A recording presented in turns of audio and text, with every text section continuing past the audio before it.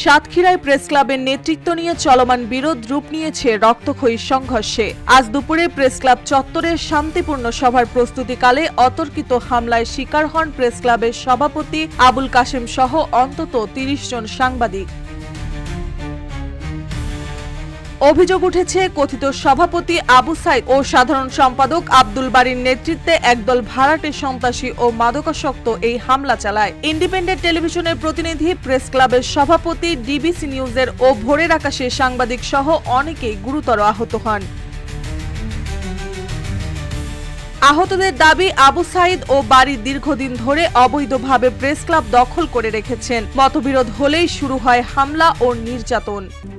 RICL TMX, যুগের পর যুগ স্থাপনা থাকে মজবুত। ঘটনার পর সাতক্ষীরার সাংবাদিক মহলে তীব্র ক্ষোভ প্রকাশ করেছে।